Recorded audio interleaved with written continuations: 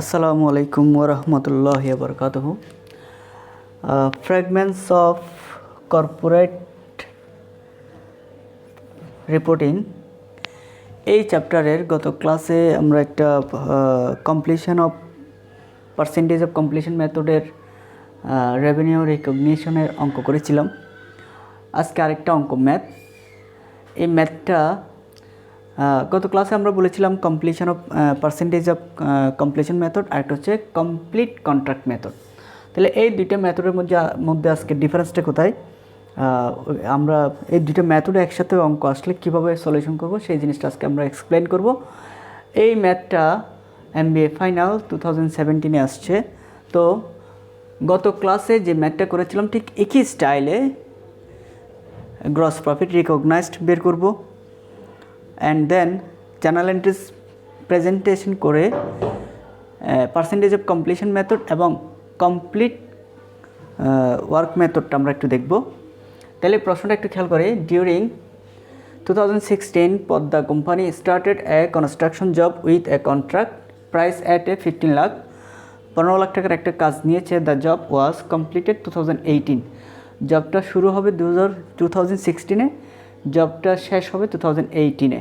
তাহলে আমাকে 2016, 2017, 2018 as usual গত ক্লাসে যেরকম আমাকে ইনফরমেশন দেওয়া ছিল ওরকম ইনফরমেশনগুলো দেওয়া আছে। ইনফরমেশন বেসিক্যালি এরকমই দেওয়া থাকবে।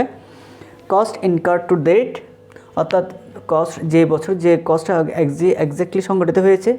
এস্টিমেটেড কস্ট টু কমপ্লিটেড, আর এটা আরও কমপ্লিট করতে এস্টিমেটেড আনুমানিক কস্ট কেমন হইতে পারে। বিলিং টু ডেট, যে বছর যে সালে কত টাকা বিলিং করা হচ্ছে। কালেকশন টু ডেট, অর্থাৎ বিলিংয়ের অনুযায়ী কতটুকু ক্যাশ কালেকশন হচ্ছে। রেকর্ডটা খেয়াল করেন, compute the gross profit recognized each year, প্রত্যেক বছর percentage of completion method. Percentage of completion মেথডে আমাকে গ্রস প্রফিট রিকগনাইজতে দেখাতে বলা হচ্ছে প্রত্যেক বছর। এরপর বলা হচ্ছে প্রিপেয়ার অল জার্নাল এন্ট্রিজ 2017, জাবেদা করতে বলছে শুধুমাত্র 2017 সালের। গত ক্লাস আমরা জাবেদাটা এক্সপ্লেন করেছিলাম 2016, 2017, 2018, অর্থাৎ 3 বছরে যদি আমাকে জাবেদা দিতে বলে তাহলে জাবেদাটা কেমন হবে। তাহলে অ্যাজ ইউজুয়াল জাবেদা চারটা, জাবেদা হচ্ছে এই চারটার মধ্যে একটা হচ্ছে আমার কস্ট টু ডেটের জন্য, একটা জাবেদা হচ্ছে বিলিংয়ের জন্য, একটা জাবেদা হচ্ছে আমার কালেকশনের জন্য, আরেকটা জাবেদা হচ্ছে আমার প্রফিট রিকগনাইজেশনের জন্য। তাহলে চারটা জাবেদাই।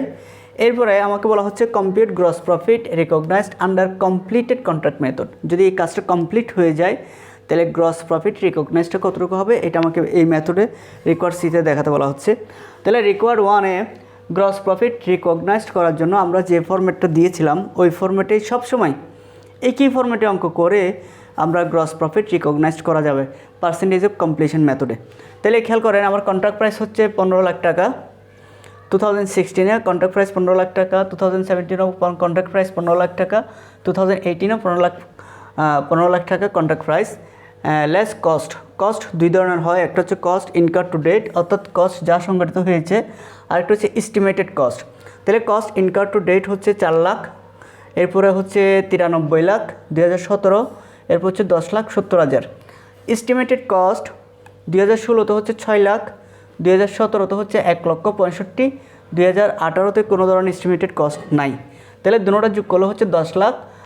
10 লাখ টাকা থেকে যদি 15 লাখ টাকা থেকে যদি 10 লাখ টাকা বিয়োগ করি তাহলে এস্টিমেটেড প্রফিট হচ্ছে 5 লাখ। এখানে 15 লাখ টাকা কন্ট্রাক্ট প্রাইস, টোটাল কস্ট এবং এস্টিমেটেড কস্ট মিলে হচ্ছে 11 লাখ। 11 লাখ টাকা থেকে 15 লাখ টাকা থেকে 11 লাখ টাকা বাদ দিলে 4 লাখ। আর ওখানে কস্ট ইনকার্ড হচ্ছে 10,70,000, এস্টিমেটেড কস্ট নাই, তাহলে ওটাই কস্ট। তাহলে 15 লাখ টাকা থেকে 10,70,000 টাকা বাদ দিলে অরিজিনালি লাভ হচ্ছে 4,30,000। এবার percentage of completed to date, আমার কতটুকু পার্সেন্টেজ কাজ যে টু ডেট মানে হচ্ছে কস্ট যা সংগঠিত হয়েছে ওটা কত পার্সেন্ট টোটাল কস্টের মধ্যে। হ্যাঁ, তাহলে একটা জিনিস খেয়াল করি, আমার কস্ট 2016-এ কস্ট টু ডেট অর্থাৎ cost incurred to date 4 lakh টাকা খরচ হয়েছে অরিজিনালি, টোটাল কস্ট হচ্ছে 10 লাখ। তাহলে এই 4 লাখ টাকা 10 লাখ টাকার ভিতরে কত পার্সেন্ট, 100 দিয়ে গুণ করলে পার্সেন্টেজ বেরোবে। 2017-এ 9,35,000 টাকা আর টোটাল কস্ট হয়েছে 11 লাখ টাকা। 9,35,000 টাকাকে 11 লাখ টাকা দিয়ে ভাগ 100 দিয়ে গুণ করলে পার্সেন্টেজ অফ কমপ্লিটেড পাওয়া যাবে। আর 2018-এ অরিজিনাল কস্ট হয়েছে 10,70,000, টোটাল কস্টও 10,70,000, তাহলে 100%। এই পার্সেন্টেজটা ছাড়া গ্রস প্রফিট রেকগনাইজটা বের করা যাবে না। তাহলে এবার আমরা 5 লাখ টাকার উপর যখন 40% মারবো, তাহলে এখন গ্রস প্রফিট রিকগনাইজ হচ্ছে, গ্রস প্রফিট হচ্ছে 2 লাখ টাকা। এইদিকে 4 লাখ টাকার উপর 85% মারলে 3,40,000 টাকা, আর 4,30,000 টাকার উপর 100% মারলে 4,30,000 টাকা। এবার gross profit in previous year, তাহলে যেহেতু 2016-এর আগে কোনো অঙ্ক ছিল না, তাহলে এই বছর কোনো এর আগের কোনো প্রফিট ছিল না, তাহলে এটাই gross profit recognized current year. আর 3,40,000 টাকা, যেটার মধ্যে এর আগের বছর যেটা আছে সেটা বিয়োগ করতে হবে। এর আগের বছর আছে কত টাকা? 2 লাখ টাকা। তাহলে 3,40,000 টাকার মধ্যে 2 লাখ টাকা যদি এর আগের বছর থাকে, তাহলে বর্তমানে গ্রস প্রফিট রিকগনাইজড হচ্ছে 1,40,000 টাকা। আর 4,30,000 টাকার মধ্যে এর আগের বছর গ্রস প্রফিট হচ্ছে 3,40,000 টাকা। 4,30,000 টাকা থেকে 40,000 টাকা বাদ দিলে এই বছরের লাভ হচ্ছে 90,000 টাকা। তাহলে এই যে একটা ফরম্যাট, এই ফরম্যাটটা যদি আমরা অন্তপক্ষে দুইবার বা 3বার করে দেখবেন যে ফরম্যাটটা আপনার কোনোভাবে ভুল হবে না। তাহলে এই ফরম্যাটে লাগে কি? Contract price okay, less cost কয় ধরনের? 2 ধরনের। একটা হচ্ছে কি কস্ট টু ডেট, অর্থাৎ যে কস্ট আমার সংগঠিত হচ্ছে, আর একটা হচ্ছে এস্টিমেটেড কস্ট টু ডেট এবং এস্টিমেটেড কস্ট দেওয়া থাকলে দুটোটা মিলে হচ্ছে টোটাল কস্ট। তাহলে টোটাল কন্ট্রাক্ট প্রাইস থেকে টোটাল কস্ট বাদ দিলে এস্টিমেটেড প্রফিট। এবার দরকার এই এস্টিমেটেড প্রফিট মানে আনুমানিক লাভ থেকে আমার কতটুকু এই বছরে লাভ দেখানো যাবে, এই বছর গ্রস প্রফিট হিসাব করানো যাবে। তাহলে ওটা যেন আমরা একটা পার্সেন্টেজ বের করি। পার্সেন্টেজ কীভাবে বের করি? যে কস্ট অরিজিনালি সংগঠিত হয়েছে কস্ট টু ডেট বা কস্ট ইনকার্ড, ওটাকে টোটাল কস্ট দিয়ে বা 100 দিয়ে গুণ করলে হচ্ছে। তাহলে পার্সেন্টেজটা পেয়ে গেলে এস্টিমেটেড প্রফিটের উপর পার্সেন্টেজটা মারলে আমি গ্রস প্রফিট পাচ্ছি। এবার গ্রস প্রফিট কারেন্ট ইয়ার কি, অর্থাৎ প্রিভিয়াস ইয়ারের গ্রস প্রফিটটা রিঅ্যাডজাস্ট হয়, এখানে অ্যাডজাস্ট বাদ দিয়ে দিলেই কারেন্ট ইয়ার প্রত্যেক বছর আলাদা আলাদা গ্রস প্রফিট হয়ে যাচ্ছে। এই প্রত্যেক বছর আলাদা আলাদা গ্রস প্রফিটগুলো হিসাব করলেই 2 লাখ, 1,40,000, 90,000, টোটাল গ্রস প্রফিট দেখবেন যে 4,30,000 টাকা হয়। এই তিনটা জিনিস একসাথে যোগ করলে মেন লাভটা হচ্ছে 4,30,000। আপনি যোগ করে দেখবেন যে এটা। তাহলে এটা রিকগনাইজ করার জন্য, কারেন্ট ইয়ার বের করার জন্য, যে চলতি বছর আসলে কতটুকু রিকগনাইজ হয়েছে। তাহলে এবার জার্নাল কয়টা দিই আমরা? 4টা। অ্যাজ ইউজুয়াল জার্নাল কয়টা? 4টা। তো যে সালেরই আমরা জার্নাল দিই না কেন, প্রথম জাবেদা হয় কস্ট ইনকার টু ডেটের। প্রথম জাবেদা কার হয়? কস্ট ইনকার টু ডেটের। এটা জাবেদা কি হয়? আমার construction in process debit, material, cash, payable, etcetera credit. এখানে কস্ট টু ডেট কত টাকা দেখাচ্ছে? 9,35,000। তাহলে যেহেতু এটা প্রথম বছর না, এই 9,35,000 টাকার মধ্যে এর আগের বছরে 4 লাখ টাকা কস্ট আছে। তাহলে এই 9,35,000 টাকা সবসময় আমাকে মনে রাখতে হবে, যদি প্রথম বছর হয় এর আগের বছর নাই, কিন্তু দ্বিতীয় বছর, তৃতীয় বছর হইলে এই কষ্টগুলোর মধ্যে এর আগের বছরের কস্টটা অ্যাডজাস্টেড করা আছে। তাহলে এর আগের বছরের কস্টটা বাদ দিয়ে আমাকে অ্যামাউন্টটা লিখতে হবে। তাহলে প্রথম জাবেদা হচ্ছে কস্ট ইনকার টু ডেটের। সেকেন্ড জাবেদা হচ্ছে কিসের? বিলিং টু ডেটের। থার্ড জাবেদা হচ্ছে কালেকশন টু ডেটের। এবং ফাইনালি লাস্ট জাবেদা হচ্ছে কিসের? Gross profit recognition. তাহলে আমরা 4টা জাবেদা লিখে ফেলি। আমি আজকে এই পোরশনটা মুছে ফেলবো। এই পোরশনটা মুছেই আমরা জার্নালটা লিখব।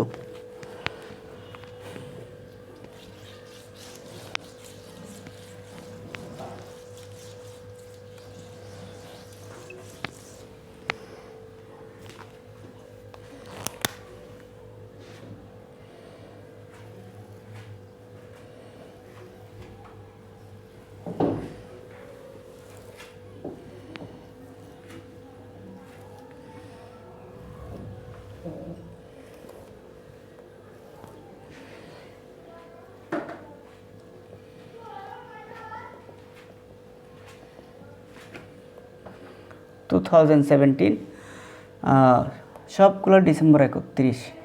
প্রথম জাবেদা কি তাইলে? Construction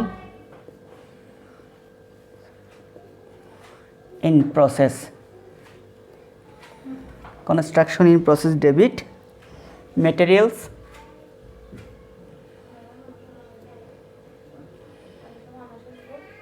cash, payable, etcetera credit. তাহলে ডেট, পার্টিকুলার্স, রেফারেন্স, ডি 8 টাকা, সি 8 টাকা। তাহলে আমরা যেহেতু 17-এ যাবে দেখ করবো কস্ট ইনকার কত টাকা 9,35,000। এই 9,35,000 টাকা 9,35,000 টাকা থেকে আমি একটু ইনারে লিখে দিচ্ছি, আপনার পরীক্ষায় লিখতে হবে না। এর আগের বছর কস্ট ছিল কত টাকা 4 লাখ টাকা, ওটা বাদে, তাহলে ওটা বাদে কস্ট কত 5,35,000।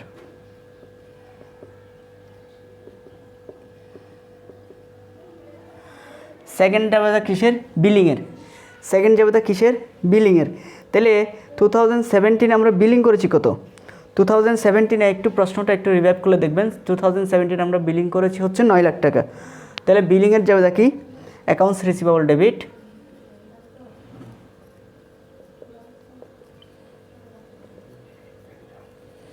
Accounts receivable debit, billing in construction in process credit,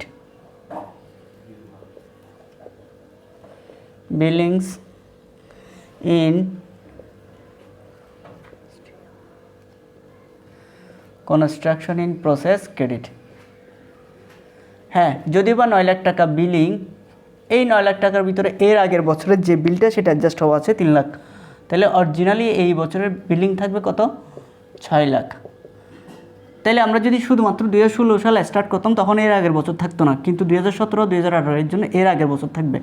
তাহলে এর আগের বছরের জিনিসটা সবসময় অ্যাডজাস্ট করতে হবে, এটা মনে রাখতে হবে 6 লাখ।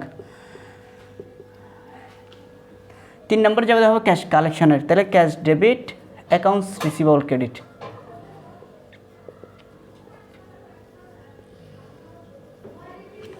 ক্যাশ কালেকশন দেখাচ্ছে আমার 8,10,000 টাকা, কিন্তু আমরা 8,10,000 টাকা থেকে এর আগের বছরে ক্যাশ পেয়ে গেছি 2,70,000, ওটা অ্যাডজাস্ট করে দেখাতে হবে। তাহলে 8,10,000 টাকা থেকে এর আগের বছর পেয়ে গেছি 2,70,000, তাহলে 2,70,000 টাকা বাদে কত টাকা পাচ্ছি আমরা 5,40,000। তাহলে সব সময় মনে রাখতে হবে যাবে দেওয়ার সময় যে বিলিংয়ের যে টাকাটা আছে সেটা লিখে ফেললে হবে না, যে কস্ট যা সংগঠিত হয়েছে যেটা কস্ট দেখাচ্ছে ওটা লিখে ফেললে হবে না, এর আগের বছর থাকলে ওটা অ্যাডজাস্ট করতে হবে। বিলিংয়ে যা ক্যাশ পাচ্ছি, যা ক্যাশ দেখাচ্ছে 9 লাখ, পুরোটা 9 লাখ লিখলে হবে না, বা 8,10,000 টাকা লিখলে হবে না, এর আগের বছর যা ক্যাশ পেয়েছি ওটা বাদে লিখতে হবে। ঠিক, মানে আমি যা বিলিং করব, বিলিং দেখাচ্ছে 9 লাখ, কিন্তু এই বছর 9 লাখ হবে না, কেন এর আগের বছর বিলিং করা হয়েছে 3 লাখ, তাহলে ওটা অ্যাডজাস্ট করে আমাকে সবসময় হিসাব করতে হবে, এটাই মাথায় রাখতে হবে সবসময়। অ্যান্ড দেন ফাইনালি আমরা গ্রস প্রফিট রিকগনাইজড কত টাকা, গ্রস প্রফিট রিকগনাইজড হচ্ছে 1,40,000 টাকা। তাহলে construction in process debit,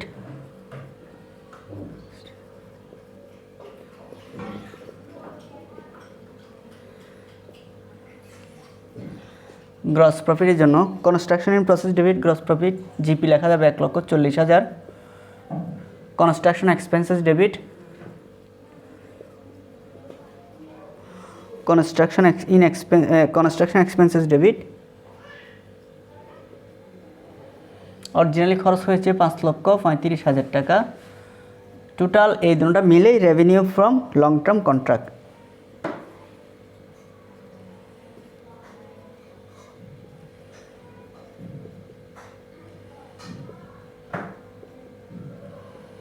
contract total 6,75,000 টাকা। বিভিন্ন বই বিভিন্নভাবে কমপ্লিশন পার্সেন্টেজ কমপ্লিশন করে দেখিয়েছে যে কন্ট্রাক্ট প্রাইস 15 লাখ টাকা, এটা থেকে 80% কমপ্লিট হয়েছে, 85% থেকে 40% এর আগের বছর বাদ দিলে যেটা সেটা রেভিনিউ। আমি সহজ হিসাব দেখিয়েছি, আমার যা গ্রস প্রফিট রিকগনাইজড হয়েছে ওটা হচ্ছে construction in process GP gross profit, আর যেটা খরচ হয়েছে ওটা হচ্ছে কনস্ট্রাকশন এক্সপেন্সেস, দুটোটা মিলেই টোটাল রেভিনিউটা হিসাব করে ফেলা যাবে। এই হলো আমার রেকর্ড বি, এটা ছিল record B. Record B, record সিতে আমাকে কোয়েশ্চেনটা প্রথম দিকে গেলে আপনি দেখতে পারবেন। রেকর্ড সিতে আমাকে বলা হয়েছে গ্রস প্রফিট রিকগনাইজ দেখাইতে কমপ্লিটেড কন্ট্রাক্ট মেথডে। তাহলে কমপ্লিটেড কন্ট্রাক্ট মেথডে গ্রস প্রফিট রিকগনাইজ কীভাবে দেখায়, রেকর্ড সি আমরা খেয়াল করি। Record C calculation of gross profit recognized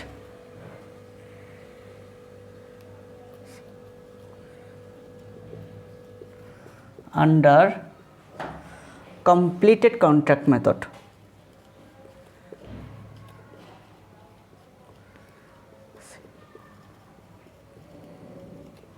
তাহলে কমপ্লিটেড কন্ট্রাক্ট মেথডের গ্রস প্রফিট আসলে কিছুই না, যে এইখানে কনসেপ্টটা হচ্ছে কি কাজটা কমপ্লিট হয়ে গেলে আমি গ্রস প্রফিট লাভ হচ্ছে না নাকি লস হচ্ছে সেটা দেখাবো।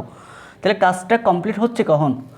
এখানে তিনটা ইয়ার ছিল, একটা হচ্ছে 2016, 2017, 2018। তাহলে এখানে কাজটা কমপ্লিট হচ্ছে কখন? কন্ট্রাক্ট প্রাইস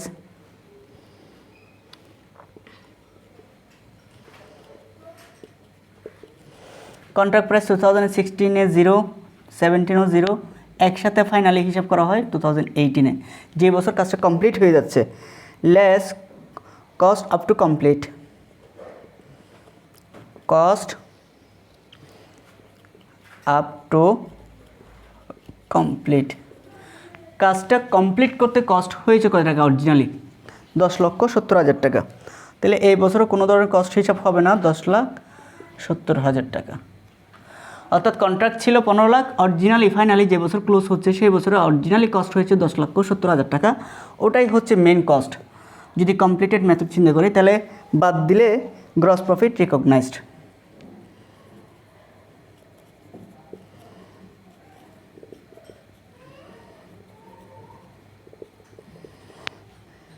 $4,30,000 টাকা।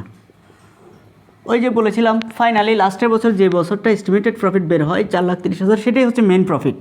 এই প্রফিট 3 বছর প্রফিট যোগ করলেও দেখবেন যে ওটা আসতেছে। তাহলে কমপ্লিটেড কন্ট্রাক্ট মেথড হচ্ছে যে বছর লাস্টে কমপ্লিট কাজটা যখন কমপ্লিট হয়ে যাবে এর আগের বছরগুলোতে কোনোভাবে কস্ট এস্টিমেশন করবে না, এর আগের বছর কোনোভাবে প্রফিট এস্টিমেশন করবে না, অর্থাৎ এর আগের বছরে কোনোভাবেই তারা ক্যালকুলেশন প্রফিট মেজারমেন্ট করতে পারবে না। কমপ্লিট যে বছর কমপ্লিট হয়ে যাবে সেই বছর তার কন্ট্রাক্ট কত ছিল, তার অরিজিনালি কস্ট কত টাকা হয়েছে ওটা মেজারমেন্ট করে বাকিটা ক্রস প্রফিট রিকগনাইজ দেখাবে। আর পার্সেন্টেজ অফ কমপ্লিশন মেথড হচ্ছে প্রত্যেক বছর আমরা কিছু না কিছু লাভ দেখিয়েছি এবং ফাইনালি 3 বছরের লাভ কমপ্লিট টোটালি যোগ করে ফাইনালি এস্টিমেটেড প্রফিট সেম করেছি। তাহলে এটা হচ্ছে পার্সেন্টেজ অফ কমপ্লিশন মেথড। এখানে পার্সেন্টেজ বের করে প্রত্যেক বছর কিছু না কিছু লাভ দেখিয়েছি, কিন্তু কমপ্লিটেড কন্ট্রাক্ট ওয়ার্ক মানে হচ্ছে প্রত্যেক বছরে লাভ দেখানো যাবে না, ফাইনালি যে বছর কাজটা কমপ্লিট হয় সেই বছরেই তারা লাভ বা লসটা হিসাব করবে। এটাই হচ্ছে কমপ্লিটেড কন্ট্রাক্ট মেথড। তাহলে এই দুইটা মেথডের আঙ্গিকে যত ম্যাথ আছে, MBA ফাইনাল বলেন, BBA থার্ড ইয়ার বলেন, রেভিনিউ রিকগনিশন বলেন, তাহলে এই সিস্টেমগুলোতেই মেনটেন করে বারবার অঙ্কগুলো করলে আপনাদের ইজি হয়ে যাবে চ্যাপ্টারটা। বাকি থাকলো ইনস্টলমেন্ট সেলস মেথড, ইনশাল্লাহ কিছুক্ষণ বা অ্যাজ সুন অ্যাজ পসিবল এইটার ভিডিও আমি দিয়ে দিব। আসসালামু আলাইকুম।